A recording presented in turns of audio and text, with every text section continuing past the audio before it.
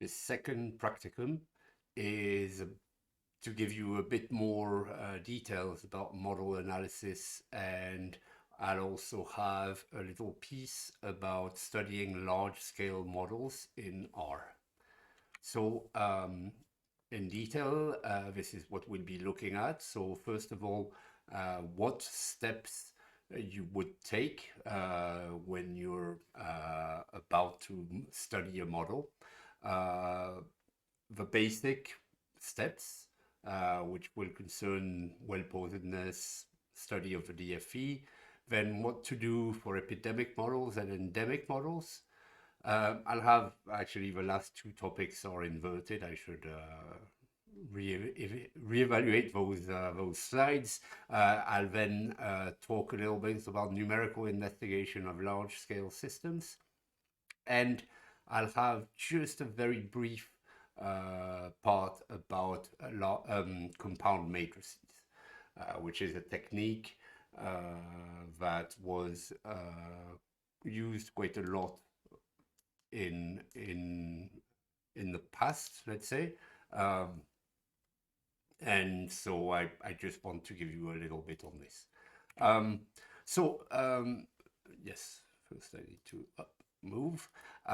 So what are the steps of the analysis? So I'll start by pointing out that the first step, step 0, will be to consider the well-posedness of the problem.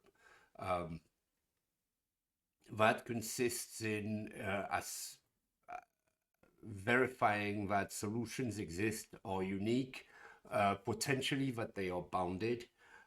Things like invariance of a non-negative cone under the flow of a positive orphant, or whichever way you want to call it. Okay. One thing that I want to point out. So if you're looking at a classical epidemic model, ODE, relatively classic ODE, nothing fancy, etc., things are typically very easy. And I don't think it's really worth spending any time on. This is something I've evolved over time. About my first papers, spent some time establishing these properties, but now I think it's not so important unless, for instance, you're writing an MSc manuscript or a PhD manuscript, because in that case, I think it's important to show that you can do what is required in order to show these steps. But otherwise, you might just want to mention in passing that the solutions exist and are unique or something like this, but it doesn't require a lot of work. On the other hand, as soon as you start considering models that are not really standard, or PDEs or delay differential equations, then it might become completely required to do that. Okay, so it's a bit up to your appreciation whether you want to spend some time describing this or not, but it's a good thing to think about. It might not be necessarily a good thing to communicate about. I would say then the first step is to distinguish between an epidemic or an endemic model. And there is some confusion about this, and how you deal with epidemic models differs from how you deal with endemic models. I hope that I have convinced you about this this far, but I will talk about it again. Okay, so it's important to determine whether you're dealing with an epidemic model or an endemic model. And the easiest way to tell those apart is to check whether the model includes demography. If there is demography, even in the case of demography that leads to a constant population, when there is a flow, typically, through the system, then you have demography, then you have typically an endemic model. But otherwise, the distinction might come from studying the disease-free equilibrium. Okay, so this varies from model to model, But essentially, yes, the first thing to determine is, are you in the presence of an epidemic or an endemic model? Um, and again, as I was pointing out, if you don't really know, one thing you can do is compute the DFE. Usually, when you do the DFE, then what you do is you set all infected variables to 0. So, for instance, I or L and I, etc., um, and you see what happens. That's how you distinguish between endemic and epidemic. So if you find a single or a denumerable number of equilibria, then you're dealing with an endemic model. If, on the other hand, you find something which is of the form every value of S works, then you are dealing with an epidemic model. So in the epidemic case, what you would do is you would compute R0, and usually you don't need to consider the local asymptotic properties of the disease-free. They are given, because what you know with an epidemic model typically is that all solutions have I going to 0 and S going to some limit value. The problem then becomes more a question of what is the value of, for instance, S at infinity, and this is going to be linked to the value of R0 and potentially the final size.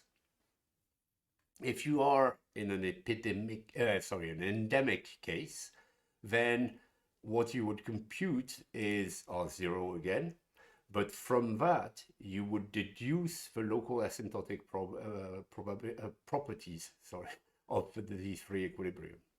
And then you might want to determine the direction of the bifurcation that takes place at R0 equals 1. And you might want to determine, investigate the global asymptotic stability properties of the disease-free or the endemic equilibrium. Okay, but these are the different steps. So the main difference being that in the case where you have an endemic equilibrium, you're going to have this switching behavior between having the disease-free be locally asymptotically stable or unstable.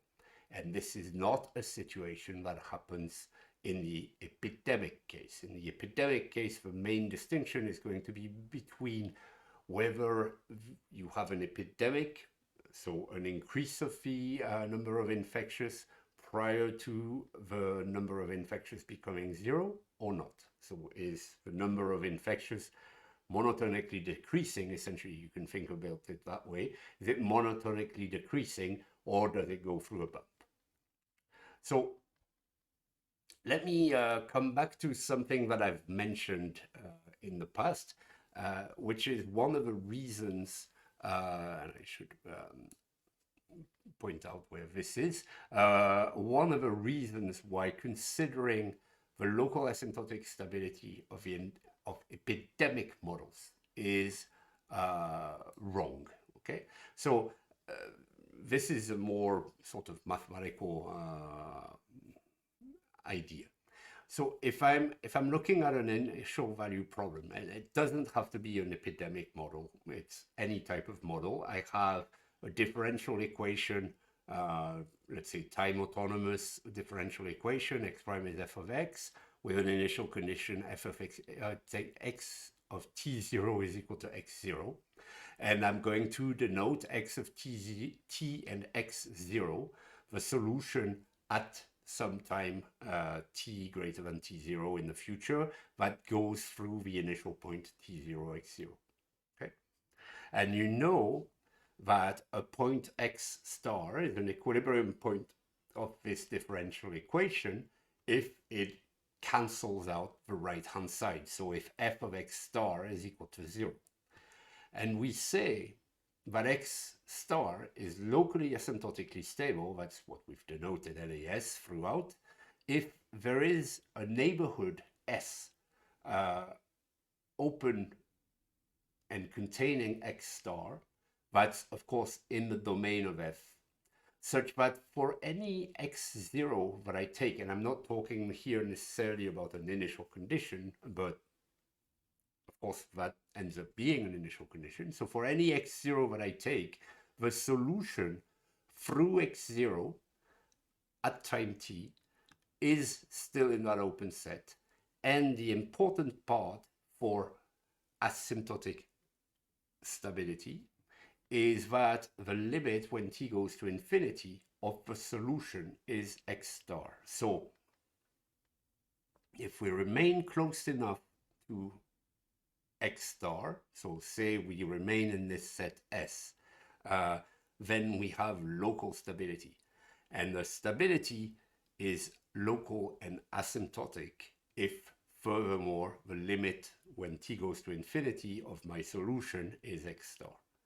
But suppose I have a continuum of equilibria for my system. Instead of having a single equilibrium point, I have a continuum of equilibria. So that means that if I take x star and c, okay, there is a curve in the domain of f where f of x y star is 0 for all the y's on that curve. Okay, so x is going to belong to that curve, but all the other equilibria also belong to that curve. So if you go back to the SIR model of Kermack and McKendrick, all the entirety of the S axis is an equilibrium.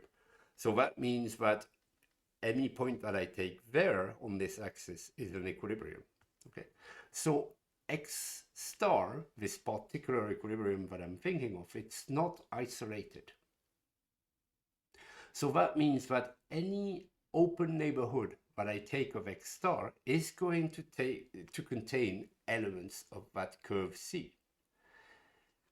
But because all the elements on that curve C are equilibria, that means if I take them as initial value to my problem, I remain there, okay, because they're equilibria, therefore they cancel the vector field as well, okay. So that means that if I start close to x0, but I start at one of those y star not equal to x0, I'm going to go to x star, sorry. I start at an x0 not equal to x star. Okay, I start at another equilibrium. Well, I'm going to stay there. And therefore, the limit when t goes to infinity is x0, not x star. So x star is locally stable because I never leave that neighborhood of x star, but it is not locally asymptotically stable because I don't converge to x star. Okay, so all the points that are equilibria close to x star, I am stuck there if I stay there. Okay, so that's why considering local asymptotic stability when you're dealing with an epidemic model typically is wrong. There can be cases where it's okay, but most cases is wrong. And it's not a big deal. The main difference is that you're not considering LAS, you're considering LS, locally stable properties instead of locally asymptotically stable. So that's one remark in passing. Now, let's go back to the rest of the basic stuff. So existence and uniqueness, that is quite simple in general.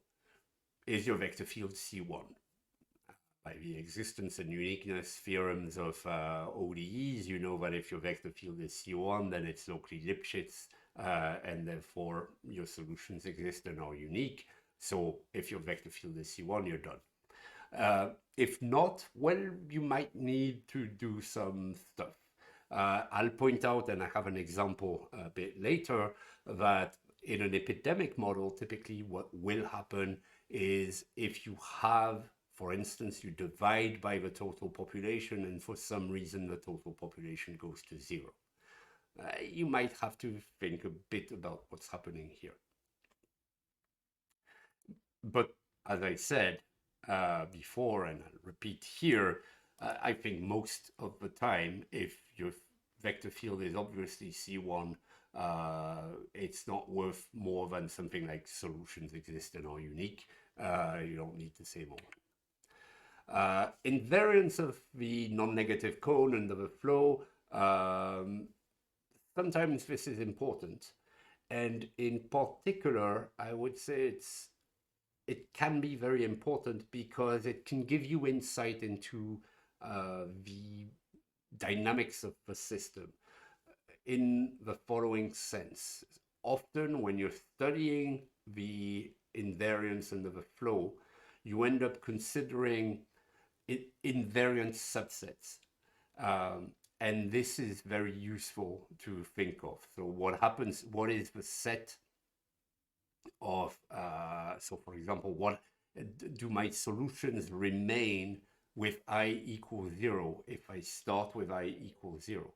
Well, if it's an SIS model, yes, but if it's an SLIRS model, for instance, then if you haven't set L and I both to 0, then that might not be true. So this is the type of thing where it may warrant to study this.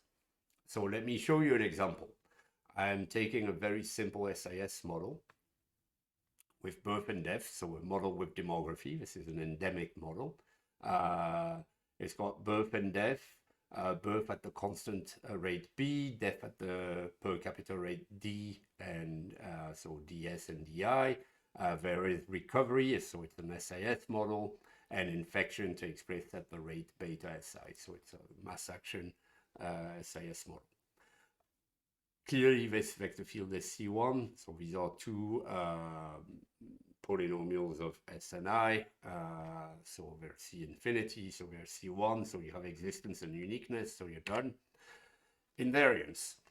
Well, typically what you will do is you will look at what happens when you reach the boundaries of the non-negative cone. So, for instance, here we would say, well, suppose that S is equal to 0. So what happens if I reach the boundary S equals 0 of the positive quadrant here? Well, in that case, what I have is I have a positive quantity.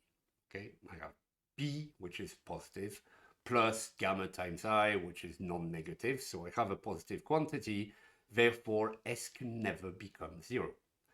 And there's two possibilities. If S of 0 is positive, then S of 0 remains, S of t, sorry, remains positive for all t.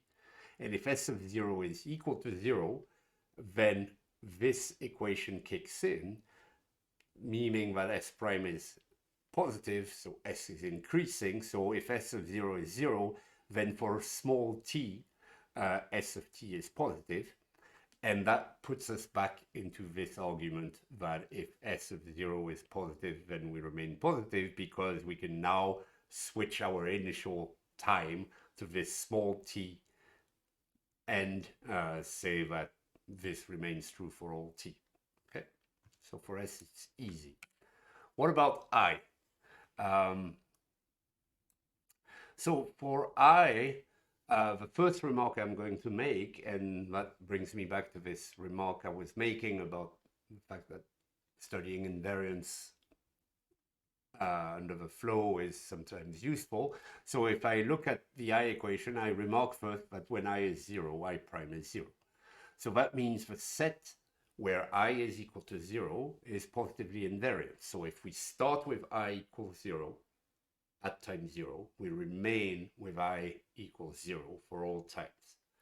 And so in practice, what happens? So if you're looking at the SI plane, we're starting, suppose we look at this I equals 0 is the bottom. If we're looking at the I equals 0 axis, we see that the values of S of t, so the system is two equations, so the S component of the system, in this set, those values, they come from one of the following four solutions.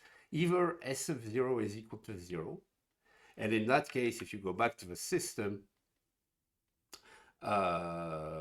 actually, I say it remains identically 0. It doesn't. If s of 0 is equal to 0, this is positive, so it increases. Oh, I need to change this. If s of 0 is between 0 and b over d, so actually if s of 0 is between 0 included and b over d, I was working with another model when I wrote this. So if s of 0 is between 0 included and b over d, then I'm pushed forward to b over d, okay? Because, okay, this is the model here where I equals 0, and we are just working with this part of the equation. We're starting with a value of s which is less than b over d. And if you look at the system, then this means that s increases to b over d. The second possibility, then, not the third, the second possibility is that s of 0 is b over d, in which case it remains there, or s of 0 is larger than b over d, and so it decreases. And so that means that one particular thing here is that you see that this set where I equals 0, we have determined that the solutions can be three different solutions. S of 0 is between 0 and b over d, s of 0 is b over d, or s of 0 is bigger than this. And so that means that any solution with I greater than 0, I of 0 greater than 0, cannot enter this set, okay? Because suppose I start with an I of 0 positive, and that I can find a t star positive. So my initial condition has an I that's positive, and I can find a t star which is such that I of t star is equal to 0. And let me denote S of t star, that the corresponding value of S when I does become 0. Well, the existence of t star means that at S of t star, I of t star, there's two solutions. There's one of those solutions that was initiated here in I equals 0, okay? And there's also the one that I initiated with I of 0 positive. So that means that there's a contradiction, okay? I cannot have existence and uniqueness of solutions and two solutions reaching the point S of t star, I of t star, okay? So from that, we deduce that the positive quadrant, R2 plus, is positively invariant under the flow of the system. And you could be, oops, I should get myself out. You could be more specific, okay? You could say, okay, suppose I start with a positive I, then I remain with a positive I, and so on. But typically, we don't need that much detail, and we just need to worry about positive invariance of a non-negative quadrant or the positive quadrant, it depends. And from that, we deduce right away that because the total population is bounded, this is end, the solutions are bounded themselves. Okay. Now, things might become complicated. So this is a case where I'm taking the same model, but I'm taking a birth rate that is per capita and proportional to the total population, and a death rate D that is per capita and proportional to S and I. Plus, I'm adding that the incidence is proportional, okay, or standard. So I'm dividing by n here. So the model is the same, save for these two little adaptations. Well, what happens here? Suppose that D is greater than B. If I look at the total population in the model, clearly it's Bn minus Dn. So if D is greater than B, then the total population n prime goes to 0. Okay, Bn minus Dn is negative. In this case, when n goes to 0, this term here goes to 0. And we've seen some examples in some of the other lectures of models that considered, so there was, for instance, a model of McCluskey and Van den Driesche, where they have considered that type of aspects, okay? Because you can see that things become complicated here because n goes to 0, we don't really know. I mean, in the limit, we divide by 0, which is, of course, not cool. And another remark about this model, so if on the other hand I have more birth than I have death, then the solutions are unbounded. It's not necessarily a problem, but I was saying before, we often have bounded solutions. Well, this would be a case where the solutions are not bounded. Now, in terms of computing the DFE, very brief remark. So set all the infected variables to 0 and see what happens. And I'll point out that personally, I like to sort of check the validity of my models by setting some infected variables to 0 and seeing if I get the DFE nonetheless. So because you could start and say, in an SLIRS model, I'm going to set Li and R equal to 0. Yeah, but it would be better if you set just L and I to 0 and see if that gives you R equal to 0. Or set just L to 0 and see what that gives you, etc. So you see the idea, or just I to 0, and do you recuperate the L equal to 0 if you set just Li to 0. You see, so that's the type of idea. Now let's look at epidemic models. So remember I said, so a big distinction is whether you have an epidemic or an endemic model. So let's start with epidemic models. I'm going to be using work that was published with Brouwer, Van den Riescher, and Watmore and Wu, which you'll see gives a way to compute final sizes as well as the basic reproduction number. But let me show you this. So all the examples I'm going to show you in this part, most of the examples I'm going to show you in this part are examples that you can find in this book.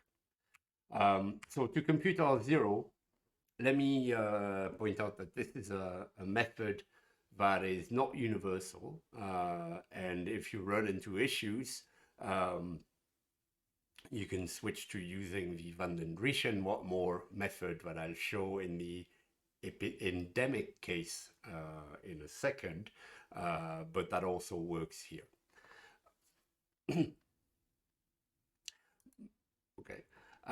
Okay, so let me slightly adapt the notation in the paper, in our paper, because I find this speaks a bit better.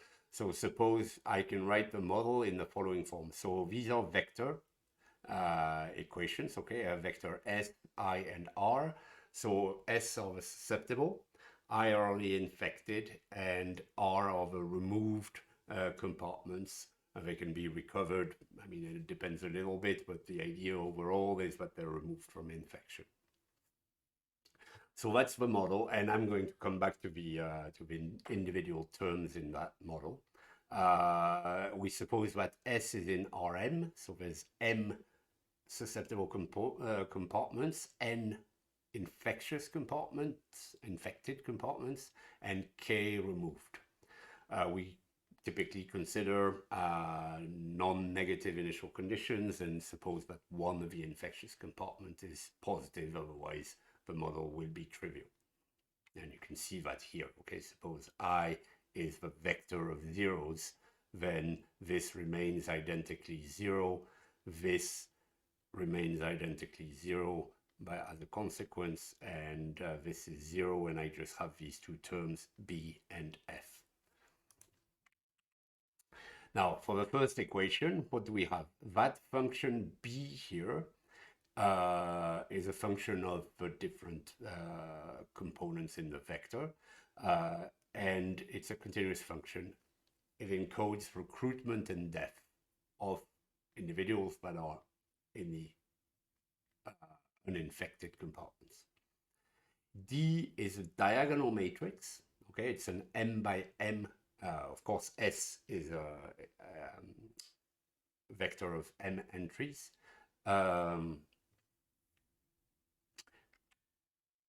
Yes. So D is a diagonal matrix, and its diagonal entries of the relative susceptibilities of susceptible compartments. I'll come back to that. But we have the convention that the top left entry in D, if it's larger than 1, is equal to 1. And of course, if there's only one susceptible class, then D is the scalar 1. Okay. The betas are scalar valued functions, and it's actually a scalar valued function, singular, and it represents the infectivity. Okay, and in the case of mass action, for instance, because that's something we use a lot, beta of SIR is just a constant. And finally, this H here is a row vector. I'll write it like this. It is a row vector, sorry, of relative horizontal transmissions. Okay, so this I need to edit. Then the I prime equation has this matrix D here, pi, which is n times n, and it has ij entry, the fraction of the individuals that are in the jth susceptible compartment and enter the ith infected compartment upon infection. Just to make it clear, I have several examples coming up, so don't worry too much, but here you have the exact formulation. I still have H not of the right size. It's of course H in Rm. So D is the diagonal matrix I was mentioning before. Beta is still the transmission. H is still the relative horizontal transmission. But compared to what we had before, we had this term minus VI here, where V describes transitions between infected states and removal states due to recovery or death. Okay. And finally, the last equation is the R prime equation, and that one is very simple. It's got this function f that encodes flows in and out of the removed compartments, and w that that sort of move the infected compartments into the removed compartments. So it's the pendant of this matrix here. It comes here, okay? And the rates need not be equal. That's why they have different shapes. Now, let's start with a general case. So suppose I have E0, that's a locally stable, it doesn't need to be asymptotically, a locally stable disease-free equilibrium of a system without disease. So that's the system where I have just S prime and R prime. I've set I equal to 0. Then I can define R0 this way, which is beta evaluated at the disease-free equilibrium times H times V inverse pi d S0. This R0, if you have a model where these quantities are not 0, so that's an endemic model, this R0 gives you the local asymptotic stability or instability of the disease-free equilibrium. If no demography, okay, there's an issue here, if no demography, so if those guys are 0, then this R0 still holds, okay? Because here S0 is going to be the initial value of S. But in that case, it becomes the reproduction number for the epidemic model, okay? So we've done that already. We've seen that already. Let me continue. So that's where we really get into the epidemic aspects of this method. So we can use the same method to find final sizes. So if you have no demography, then the system is going to look something like this. And if you're trying to use this method, you should check that you can write your system this way. So all these functions are functions and matrices. They're still the same as we had before, okay? but now there's no demography, so the birth here and the movements here are gone. So we just have this simplified model, and you can check that you can write the model in this way. And what we're going to use is the following notation. So if I have a vector valued function with non-negative values and that it's continuous, I'm going to write w underscore infinity to denote the limit when t goes to infinity of the function w. And w hat is going to be the integral from 0 to infinity of w. Of course, if w is a vector, then this is going to be component-wise each time. We also define the row vector gamma, and gamma is simply the product, well, this product here, okay? So what happens when you write gamma that way is that you can then write R0 as gamma times S of 0, which is S sub 0 typically.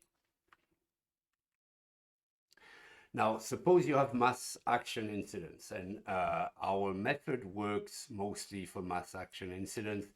I mean, it works also in other incidences, but it doesn't give you equalities. In the case of mass action incidents, you get equalities.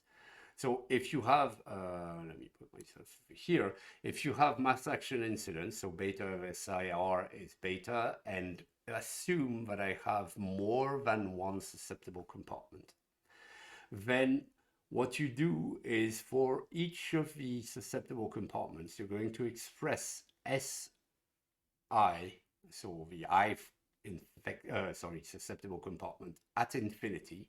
So I could note with an underscore infinity, but just because I've got an underscore here, I'm just using infinity that way. You can express that SI infinity as a function of the first susceptible compartment at infinity using this function here. Okay, this expression here tells me that SI at infinity is that SI at 0 times this expression to the power sigma I divided by sigma 1. Remember that sigma 1, by assumption, we assume is equal to 1. So it's actually just SI to the power SI S1 infinity over S1 of 0 to the power sigma I. And then what we do is we substitute these values into the following equation here, which is a final size relation. Okay, so and typically we'll end up using this side of the equation. So that gamma that we just defined, the inverse of t, S of 0 minus S infinity, these are vector valued, okay? This quantity here, and this equals to 1 over sigma 1 ln of this, okay?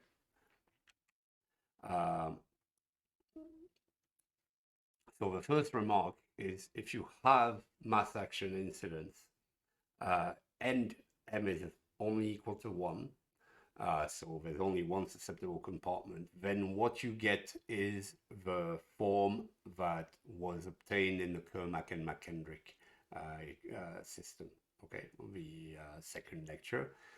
So the ln of S of 0, here S is one-dimensional, remember. S of 0 over S infinity is R0 over S0 times this. Okay. And if you have different incidence functions, then what you get are inequalities. So these inequalities take this form, okay? And where k is the total, you see a beta of k here. K here is the initial total population. So let me show you some examples because this is can be a mess to implement. Let me start with this SLI AR model that I mentioned in the first lecture on MathEpi. So this was this paper here.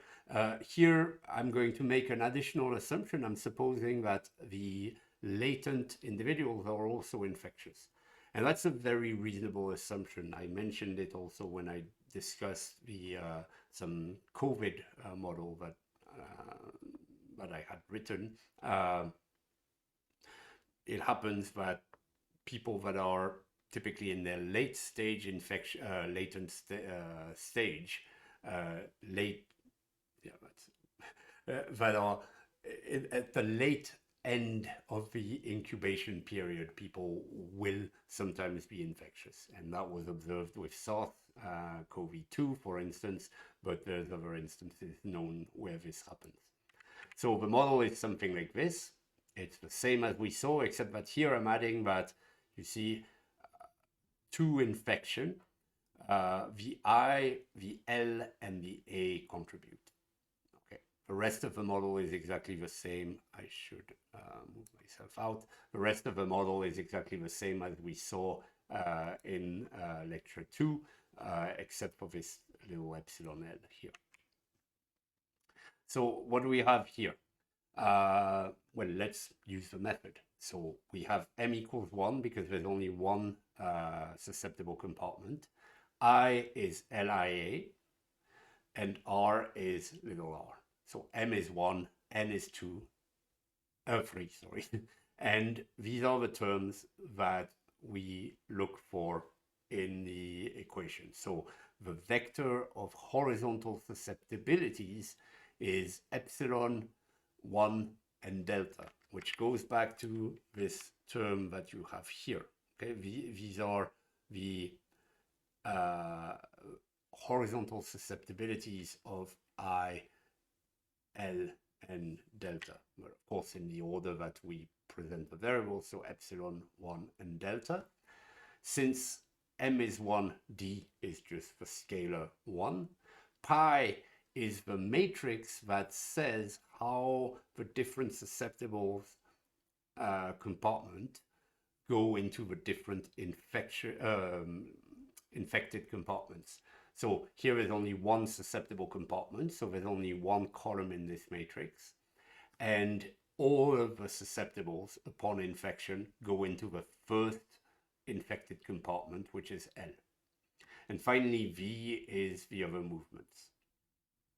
Incidence is mass action, so when we evaluate it, it's simply at the D3, it's simply beta.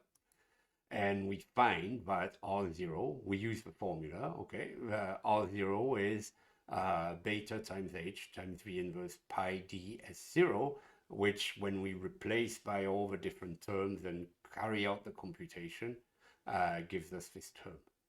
And if you recall, when we were looking at the model, the SLI-AR model, but without infection by latent stage, the R0 we found was beta S0 times the sum of these two terms. So here, by adding infectivity of the latent stage, we add this term, but this matches, apart from that, the expression we had. And we can compute the final size. So the final size, since m is equal to 1, we can use the direct formula, and we find this, the ln of S0 over S infinity is equal to this. And here you see that this is the initial value of the infected compartment. So let's suppose to start with that we have initially no latent and no asymptomatic, just symptomatic infections, and we have I sub 0 of them. Then in this case, when we carry out this product, what we find is this quantity. On the other hand, if instead of an initial condition for the infected like this, we suppose that there is initially some latent infected and asymptomatically infected and asymptomatically infected, then we get, when we carry out this product beta H V inverse I0, we get this more complicated term here. Okay. And both of these expressions we can solve. So we know the initial values S0, I0, L0, and A0, and all we're looking for is S infinity. Okay. And yes, R0, of course, is given by this expression here. So we can compute it as well. Now let's look at a model with a bit more complexity in terms of the use of a method. So what we're going to look at here is a model with vaccination. So the assumption is quite simple. It's a simple vaccination model. It's a little more complicated than the vaccination model we've seen up to now, but it's still relatively simple. So we suppose that there's a fraction gamma of the initial susceptible population that's vaccinated before the epidemic. So we don't assume that there is any vaccination taking place during the period that we are interested in, but we assume that we start with a certain fraction that is vaccinated. And we denote S sub U for the unvaccinated and S sub V for the vaccinated. And we follow individuals throughout their infection as being unvaccinated or vaccinated, okay, except for the recovered, who we just lump all together. But so we assume that, so this is what I was saying in terms of the vaccination. The initial condition for the number of unvaccinated is 1 minus gamma times the initial number of susceptibles, and the initial number of vaccinated susceptibles is gamma S0, okay? And let me just point out a little particularity of that model. Here we're assuming two things. That vaccination has two complementary effects. That sigma I here is a reduction of infectivity, okay? It applies to the individuals in IV, so the vaccinated infectious individuals. So the vaccine hasn't worked, but they are nonetheless vaccinated. So that is how much reduction the vaccine carries in terms of its infectivity of the vaccinated, okay? Because if I take sigma I equals 0, then the vaccinated do not transmit infection. But there's also an effect of vaccine in terms of reducing potentially infection of the susceptibles with vaccination. Okay, so that sigma here must be interpreted as a reduction in the susceptibility. So there's a reduction in the infectivity and a reduction in the susceptibility through the vaccine. And also we assume all parameters are different because, for instance, we're going to assume that vaccination reduces mortality, it can change the duration of your infection, and so on. Okay, so that's a model. This is what the flow diagram looks like. So there's two strains, or not strains, but let me put myself here. There's two flows. There's a flow for unvaccinated individuals and a flow for vaccinated individuals. Everybody, when they recover, are put in the same compartment. But apart from that, everything else is distinguished. Now, let's use the method. So here we have two susceptible compartments, SU and SV. So M is equal to 2. So things are, as I pointed out, a little bit more complicated than before. The horizontal susceptibilities are given by this. Okay, so this is what applies. So this, you read them here or from the equations. Okay, sigma I and sigma S here. Say sigma I, sorry. Sigma S is in terms of susceptibilities. Pi now takes infections and moves them into the different infected compartments. So that means a fraction 1 of the infected individuals infected in the first susceptible compartment move into the first infected compartment, which is LU. And a fraction 1 of the second susceptible compartment move into the second infected compartment LV, and there's no direct movement into I or A. Oh, sorry, I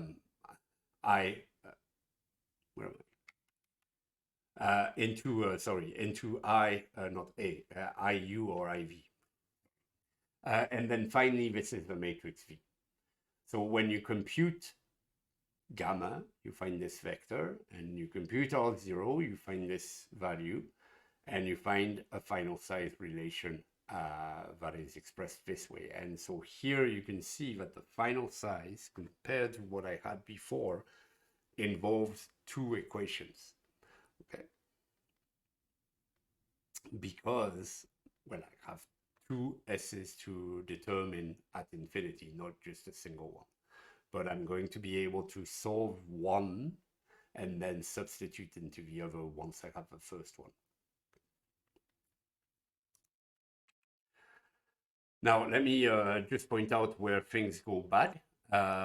So things go bad actually very quickly for this method. I know very quickly, there's a lot of models that you can use it for, but this is a very simple example of a metapopulation model where we have SIR in two patches. And all I have is some movement from patch 1 to patch 2. Okay, movement of infectious only from patch 1 to patch 2. And here we cannot write things in a way that is scalar valued, okay, because of the infection. Because the infection in patch 1 is specific to patch 1, and in patch 2 specific to patch 2. And so we cannot use the method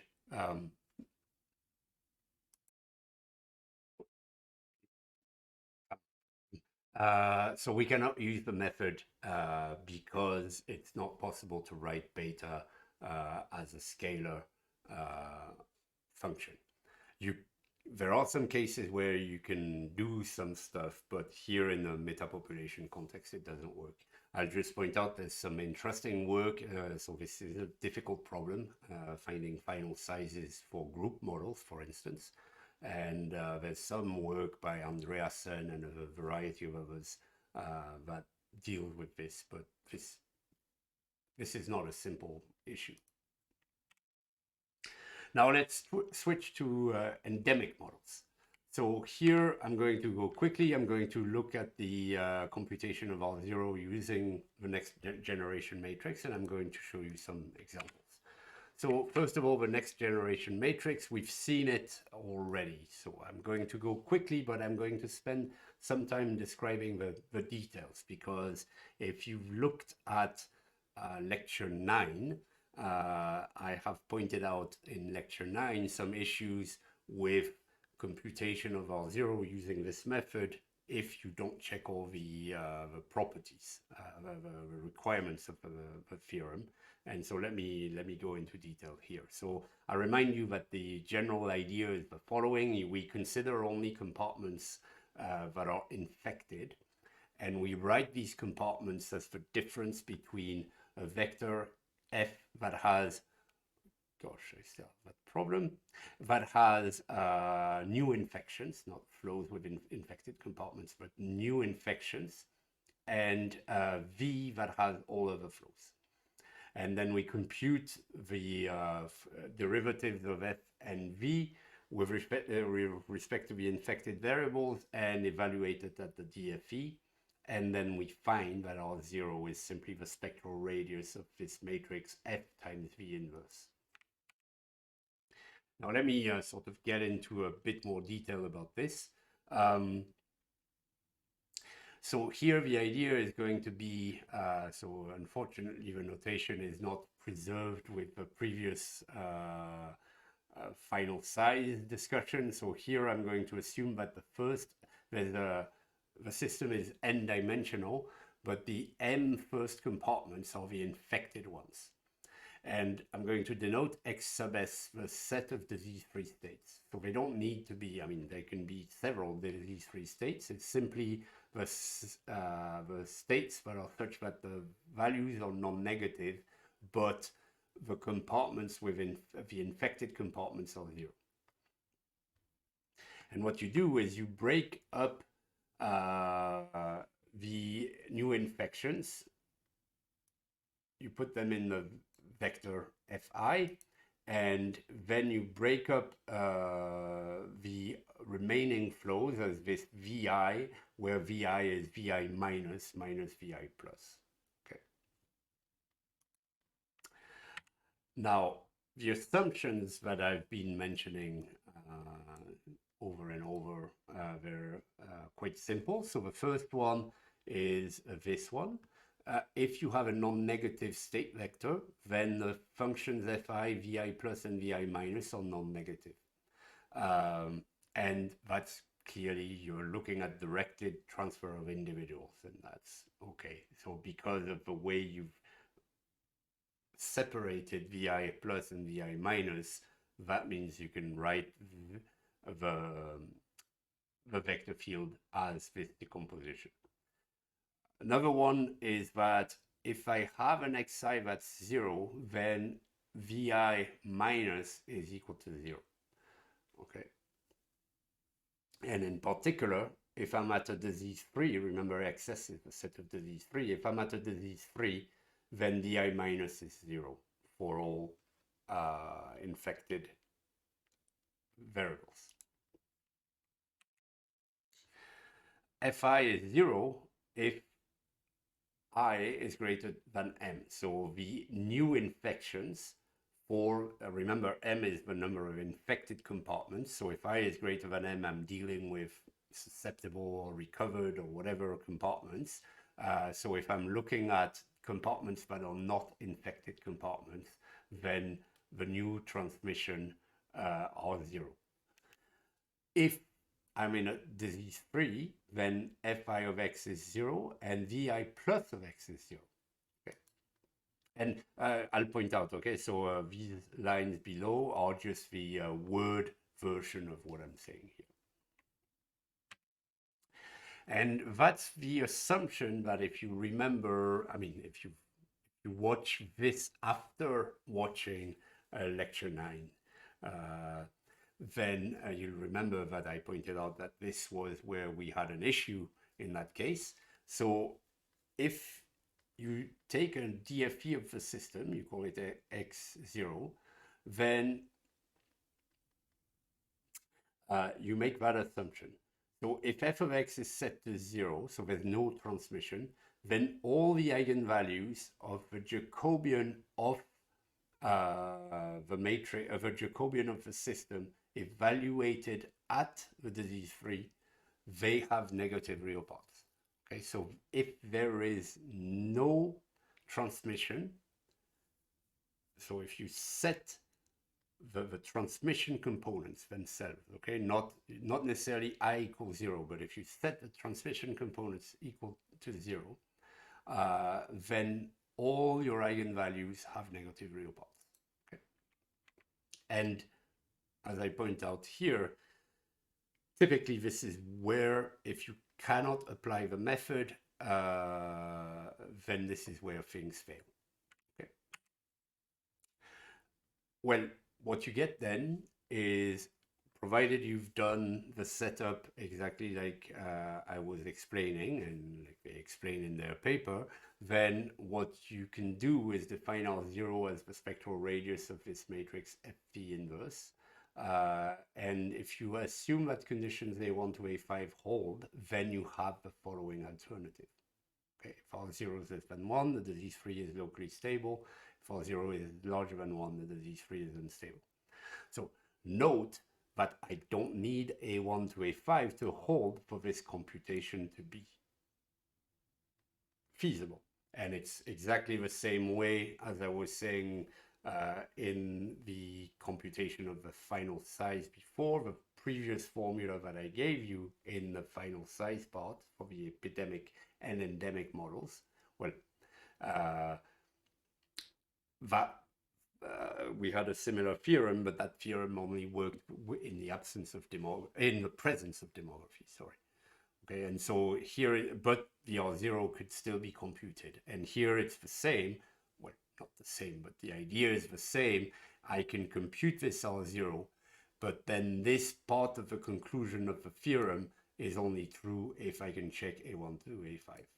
Okay. And I'll point out that it's very important to remember that what you get is a local asymptotic stability result. Okay. And again, in lecture 9, we will see examples of multiple positive equilibria. Okay, and actually we'll see some examples very soon as well. So there's another part of the result that is often forgotten. So there's an interesting thing that happened. I don't know this paper. So this is another part of the paper, but there's a very similar paper by Castillo-Chavez and another co-author, I think Song perhaps, that does the same, roughly the same thing. And for this part of the analysis, the Castillo-Chavez paper is much more known.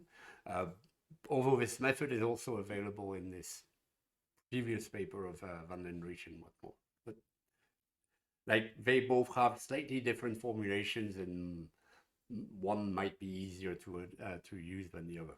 Okay, but anyway, so that's the second part of this work, is to show that you can determine the direction of the bifurcation at R0 equals 1. So I talked in lecture 9, or I am talking about in lecture 9, about backward bifurcations. And this here is to try to determine whether we have a backward or a forward bifurcation. So the way they proceed is to define mu, a bifurcation parameter, which is such that when mu is negative, R0 is less than 1, and when mu is positive, R0 is greater than 1. And x0 is a DFE for whatever values of mu. Okay, you can take any values of mu, and x0 is a DFE. And then, so what you consider is the system in this form. This is a classical bifurcation analysis setup. So we have this bifurcation parameter, whichever we think it is, and we write the system as dependent on the state, but also the parameter, the bifurcation parameter. And we also write dx fx0 like this to be the derivative of those vectors f and v evaluated at x0 and evaluated at r0 equals 1. And that gives you the block matrix that is this way. This is the only reason we're really interested in. Well, I mean, originally, this matrix, this is where you get the FV inverse for the result we just saw. This is where they come from, okay? But here we're going to look at those two matrices. They're going to be involved in the result. Okay, so when you compute this derivative and you evaluate it at x0, you find the block matrix, and the block J3 and J4 are those two.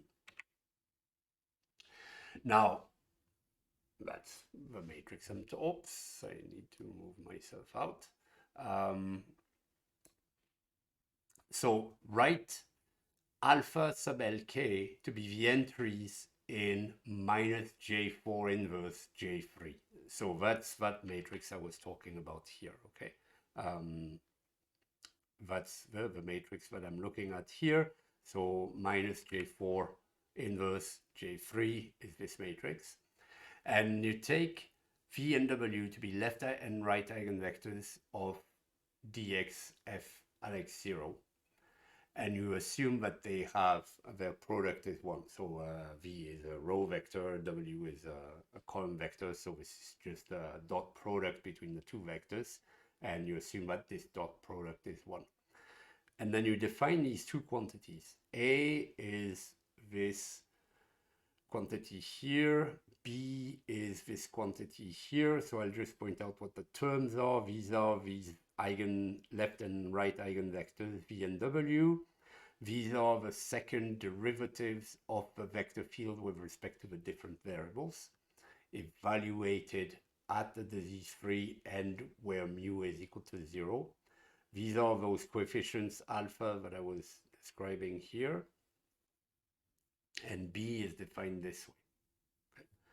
So this can be tedious to compute, I just pointed out, but it is feasible.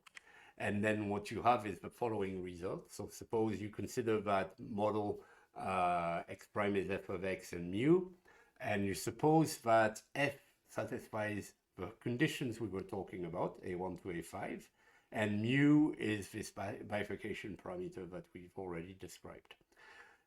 If your eigenvalue 0 of the Jacobian when evaluated at mu equals 0, so remember this is at r0 equals 1 if you prefer, and you have to assume that it's simple. Okay, so assume that this eigenvalue is simple, and define a and b by the expressions I gave, assuming, sorry, camera problem. So assume that a and b are defined by 7 and 8, and that b is non-zero. Then I can find a delta positive such that if the value a here, defined by 7, is negative, then I can find local asymptotically stable endemic equilibria near the disease-free equilibrium for that bifurcation parameter greater than 0 and less than delta. So close enough to, remember, mu equals 0 when r0 equals 1. So this is r0 slightly greater than 1, not too far away. Then I can find locally asymptotically stable endemic equilibria, which are the equilibria that arise in the standard situation, okay? Because if you remember, when we get to r0 equals 1, we have this bifurcating branch of equilibria that comes in, and those equilibria go for r0 greater than 1, they're endemic. Whereas if A is positive, then there are unstable endemic equilibria near the disease-free for R0, so for mu negative and not too large, so for R0 less than 1. So these are the subcritical, subthreshold endemic equilibria that arise when you look at lecture 9, when we're looking at this backward bifurcation situation. These are the unstable branch of equilibria that you can find when you go to the left of R0 equals 1. Okay. Now let me show you examples of application. So let's start with the SLARS model just as a refresher. So you just need to consider the L and I variable, the infected variables. You just write them as the difference between the new infections and the other flows. Okay, this is this vector F minus V. You compute the Jacobian matrices. You evaluate at the disease-free equilibrium. So we've done that already. We notice that, okay, V is this nice matrix. So when I invert it, it's quite simple. Then essentially we find this here, that R0. Okay, this is a block, sorry, it's an upper triangular matrix. So when I'm looking at the spectral radius, of course, I pick it up from epsilon here in the eigenvalues. And so it's epsilon times this, that gives me the spectral radius. And this is what I get. Let me show you a model that has treatment in tuberculosis. So this is an interesting model. It's a very important model, I think, so it's worth taking a look at anyway. So it's called To Treat or Not to Treat: The Case of Tuberculosis. It's by Carlos Castillo-Chavez and Zilan Feng. Okay, so this is the model in question. So it incorporates some interesting things in tuberculosis. The first thing, okay, so there's a birth function here. There's a death term here. There's death in all compartments, and the compartments are susceptible, latent. So latent TB is very important. Treated and infectious in the sense of actively propagating TB. And what happens is that, well, TB is quite bad. So in a sense, once you're latently infected, you can go potentially back and forth between being latent and infectious. So you become infected from being susceptible by contact with infectious, okay? But you move typically into a latent TB stage. You can also be contaminated by TB while you're undergoing treatment. And this is this term here that moves us back from treatment to the latent class. If you're undergoing active TB, so this is typically, we call it active TB. If you're in an active TB stage, typically you will be subject to treatment. And this happens that there's a proportion Q of these treatments that are successful and 1 minus Q that are not successful and go back into the latent stage. Okay. Typically, it is assumed that this beta 1 is larger, much larger than this beta 2, okay, because this is the people that are treated and infecting others. These are people that are not infected, so they're I here. They're not undergoing treatment and therefore they're more susceptible. Okay, so to analyze, so the system is the system that you see here. They find that the DFE is simply S star 0, 0, 0, and S star is simply solution of B of S star. Okay, this is the birth term equals D of S star. And typically, to simplify things, as has been done several times before, we can suppose S star is equal to 1. You then define the vectors F and V. So note that F here are the new infections, and the new infections are coming into the latent compartment. Okay, this is susceptible, latent, infectious, treated. And these are the other flows. So when you compute the derivatives and evaluate at the disease-free, you find, and yes, I should point out, only latent and infectious are infected compartments, okay? S and T are not infectious, infected compartments. Although, if you think about it, T is probably also infected, and that will bring me to my next point later. Okay, but this is SLIT. And so here we're assuming L and I are the only infected compartments. So we get these matrices and we get this R0 here. Now, what's interesting is that this is a discussion that Van den Driesch and Whatmore have. This sort of example is detailed in the Van den Driesch and Whatmore paper. If you choose another form for F, then things can change. And so here what they've done is they've said this PR2I here, if you look at this flow, it's this is this 1 minus Q R2I, okay? You can think of it as, well, it's perhaps a new infection. It's not really, but you could, by mistake, put it here. Or mistake, or deliberately, it depends. So if you do so, then you don't get the same R0. Okay, and that's important. And you can think of another way to do it. So this new L here, which is this term, you could also put it in there if you want. And if you do, then you get yet another R0. Okay, so when you're using the method, it is not foolproof. So when you're, foolproof in the sense that you can get different values of R0 depending on what you put into the model, what you put into your F and V equations. So it's important to really think in terms of what are my infected components.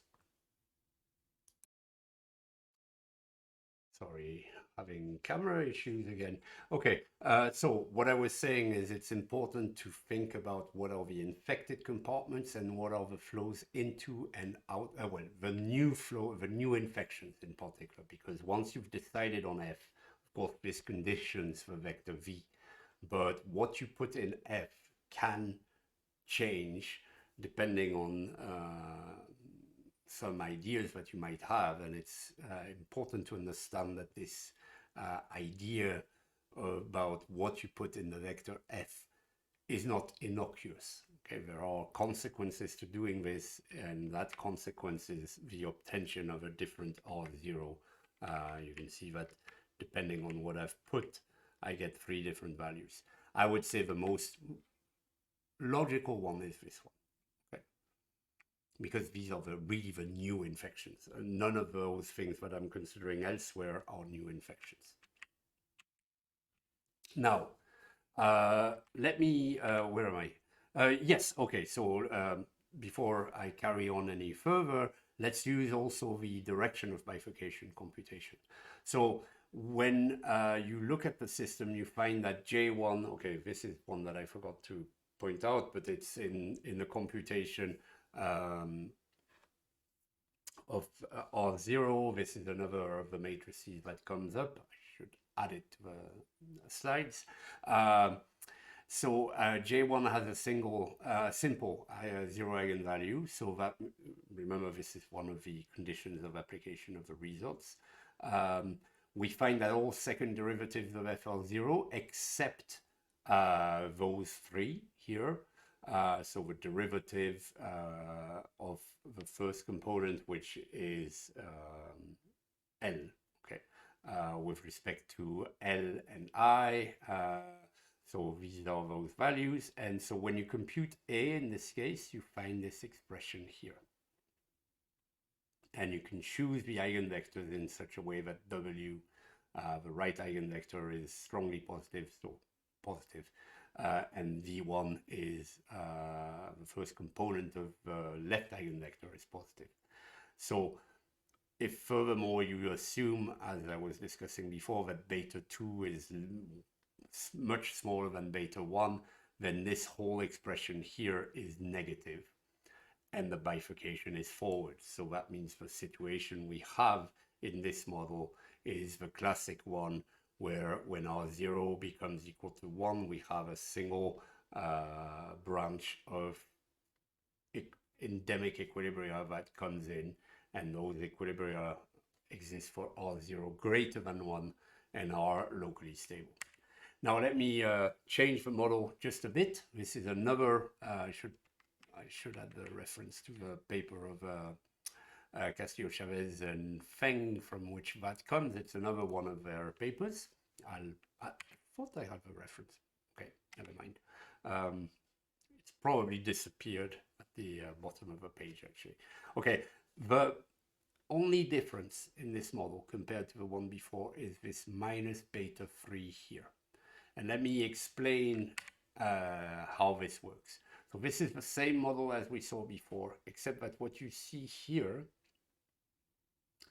is that the latent individuals, they might be triggered into becoming infectious again, so active TB, by contact with active TB people. And this is a known property. Okay, it happens that, well, it's not everything is entirely understood, but it is thought that some of the episodes of active TB for people that are latently infected might be triggered by their coming into contact with TB again. Okay, so this is latent individuals being moved into active TB by contact with active TB cases.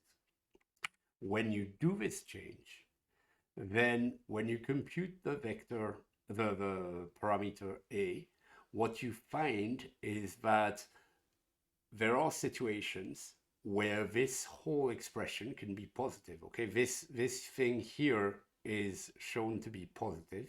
So if this term here is larger than this term here, then A is positive. That means there can be backward bifurcations, so subcritical endemic equilibrium. And let me move on to a distinct topic here. Let me just spend a few minutes on numerical investigations of large-scale systems. And this is very much related to the lecture on group models and the lecture on metapopulation models. And if you remember in the lecture on metapopulation models, one of my main points was that the mathematical analysis was not complicated, that sort of using linear algebra and threading carefully, you were able to do essentially the same job as if the model was in lower dimension. Well, the same is true for numerics. And that is going to exactly the same way as I was pointing out for mathematical analysis, you're going to exploit the vector structure. So let me very briefly go over this. The code is in the code directory, so you can run this easily.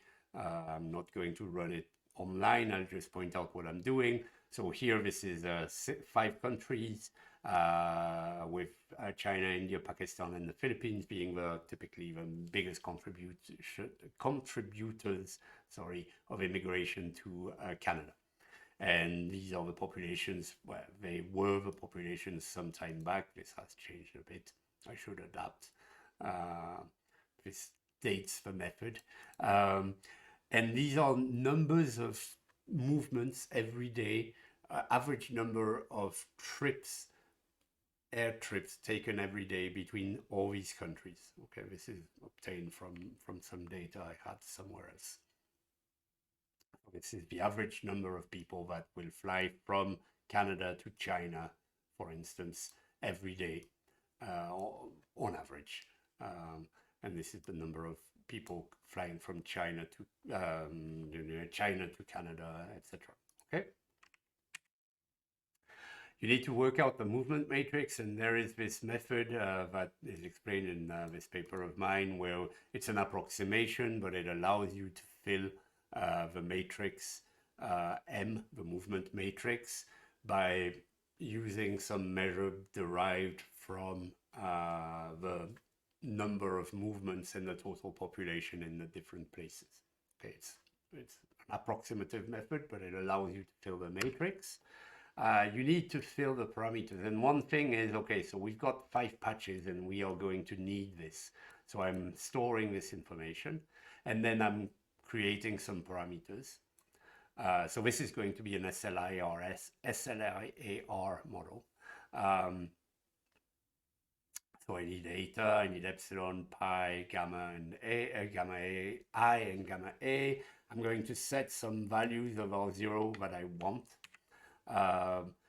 And then there's one little trick that is one little thing that is important to do in order to deal with things easily.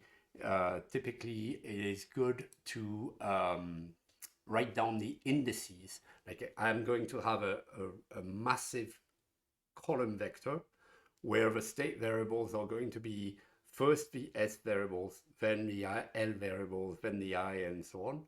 And it's very convenient to write down these indices. Okay, so this means the indices for S are from 1 to the number of patches, 5.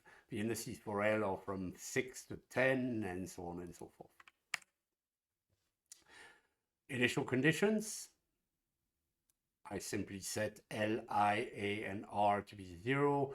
I set whatever I want my non-zero initial conditions. And then I simply take S to be the difference between the real population and that I've set here. Need an initial, so I have my initial condition vector, I have my time span. I'm going to assume that the R0 is 1.5 if I consider the patches in isolation. So the R0 for the patches in isolation for each patch P from 1 to 5 in isolation is given by this, and I simply compute R0 this way. Okay, this is the R0 that I've described before. That was the 1.5 that I've set here. But I could set different values for each patch, of course. But here I compute beta by solving this, by solving R0 in terms of beta. So this is what I get. Okay. And finally, I define the vector field. And that is where exploiting the vector structure comes in. So you see these indices that I set aside before. By the way, I'm using a with as list, which allows me to avoid saying P dollar to access the entries in P.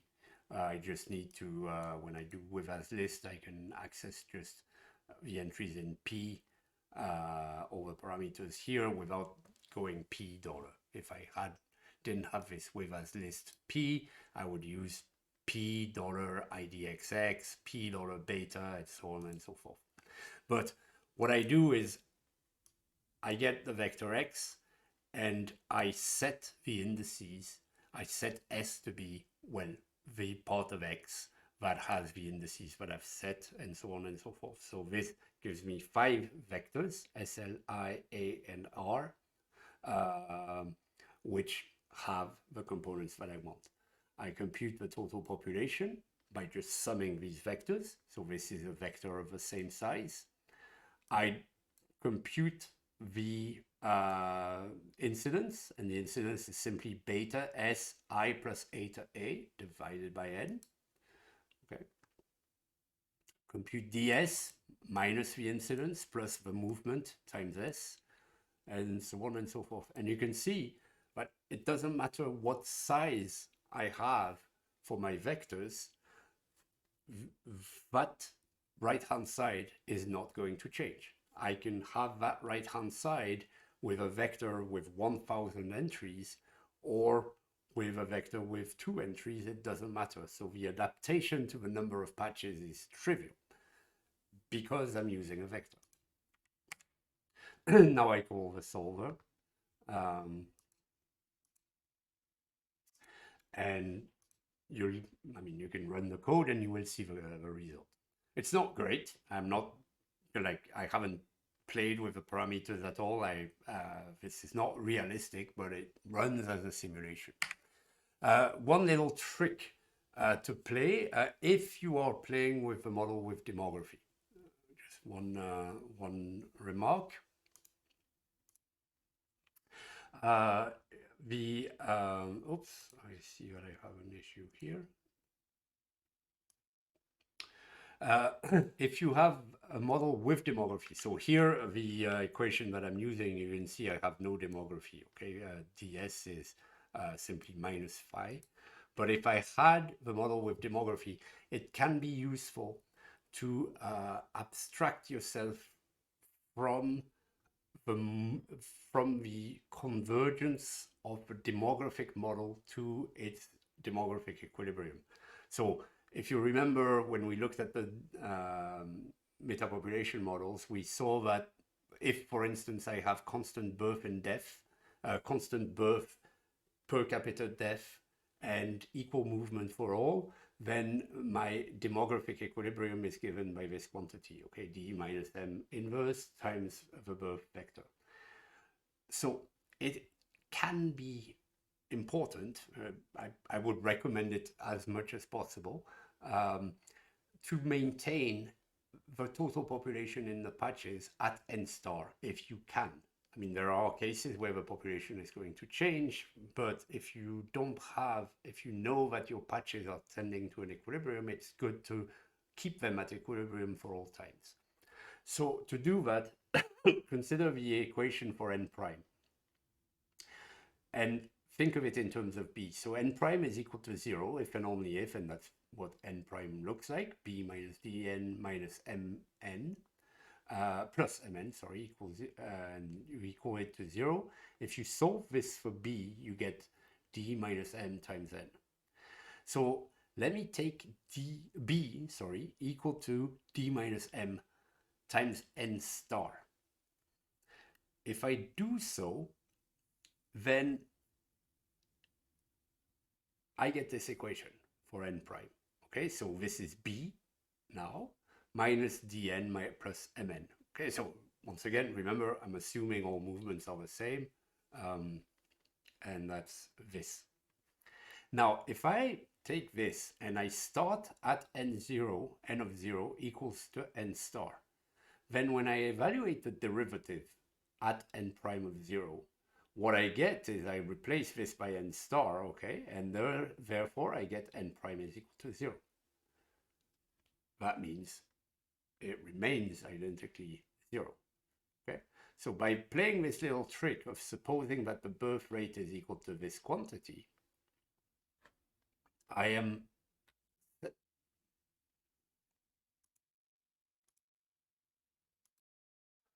sorry, I think I need liquid cooling for my camera.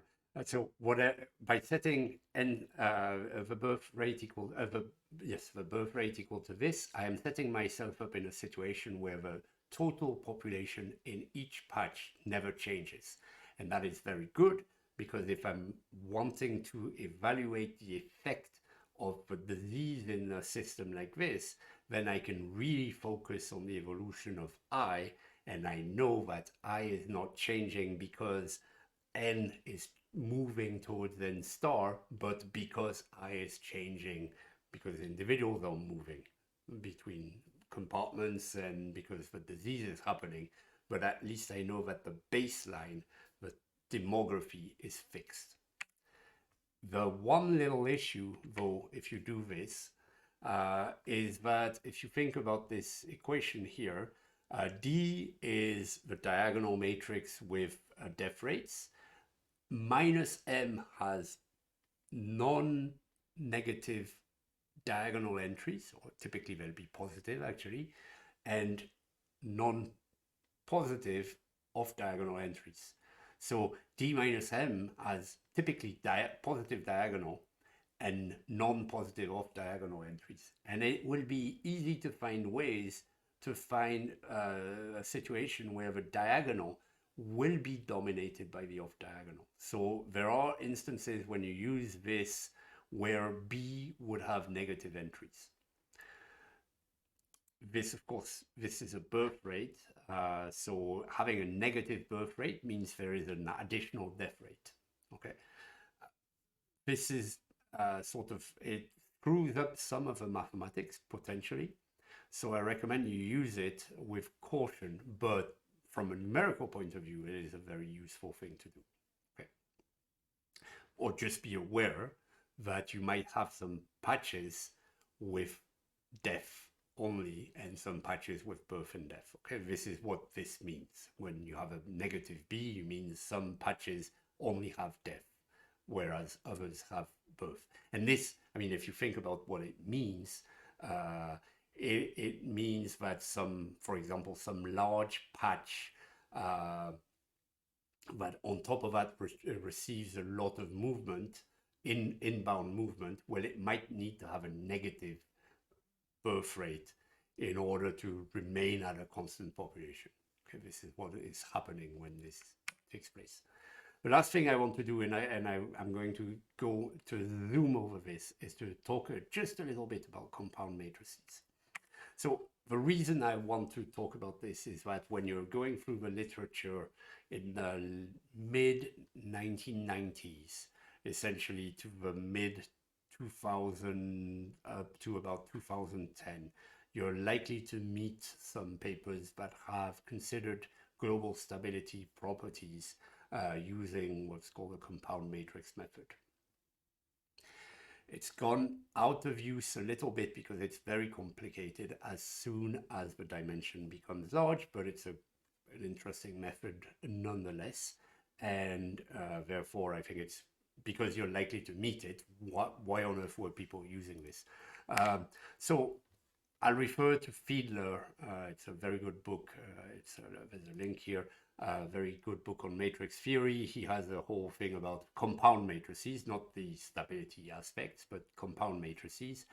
Compound matrices are obtained from regular matrices by considering some lexicographic reordering of components. Okay, so I'll switch very, very quickly here.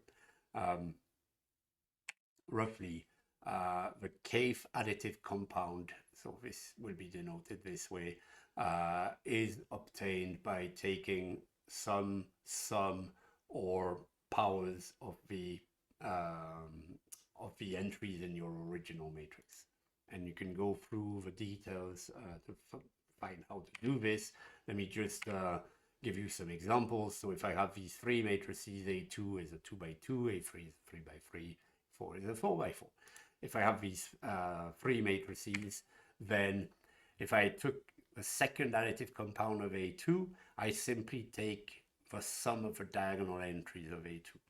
The second compound of the 3 by 3 matrix has this shape, so it has the the sum of the diagonal entries here. I mean, 1, 1 and 1, 2, 1, 1 and 1, 3, 1, 2, 2 and 2, 3, plus these different variations. The second additive compound of the 4 by 4 matrix starts to get a little hairy. Okay, so what happens is the second additive compound lives in n choose 2. So here we are a 6 by 6 matrix. And you can see that things become a little bit more complicated, but you see again 1, 1 plus 1, 2, 1, 1 and 1, 3, well, the 1 and 2 diagonal, 1 and 3, 1 and 4, 2 and 3, 2 and 4. So this has uses outside of just stability, because this sometimes gives you a matrix that is easier to study than the original matrix, although it will typically be bigger. There's a bunch of properties. I'm going to, as I said, I'll zoom over this. You can play with them. You can see, for instance, an interesting result here. So suppose you have an m by n matrix and you take the second additive compound. This is a matrix, not a mix. If you want the matrix to have all its eigenvalues with negative real parts, it's necessary and sufficient for the second additive compound to have all its negative eigenvalues with negative real parts. And sometimes it will be easier to study this matrix than the original matrix, or this matrix than the original matrix. So you see why this is a useful result in some cases, because you can use the second compound instead of the first compound. And I point out we did that, for instance, in a paper, that paper that I described about multiple equilibria in vaccination. I think it's in lecture 9. We use a second compound at one place to look at the eigenvalues of the matrix. But really, the reason why these compounds are objects you'll run into is because of theorems like this one. This is work of Michael Lee and Jim Muldowney in Alberta. And the idea is that if you have a dynamical system, a differential equation, x prime is f of x, then you find a sufficient condition for a periodic orbit to be stable. And it's that this linear system, which is deduced from the original system by looking at the second additive compound of the Jacobian matrix of the original system. If that system is asymptotically stable, then this periodic orbit is asymptotically orbitally stable. And the result is typically used in the other way.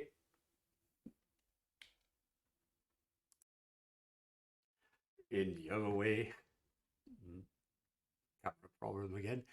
So the result is used in the other way to prove that there do not exist any periodic orbits. Okay, so this is like a Dulac criterion, but instead of being in the plane, this works in higher dimensions. But as you can guess, well, you remember what I was saying about the compound matrix being in having size n choose 2 times n choose 2. Well, when f has dimension 4, you are in you have a 6 by 6 matrix to study, and it can get quite complicated, I should point out. And so on and so forth. So that's why the method is rarely used in high dimensionality, but you will see it used in a variety of papers, especially, as I was saying, from about the time when Jim and Michael and Jim published this paper to about 10 to 15 years later. So that's it for this lecture.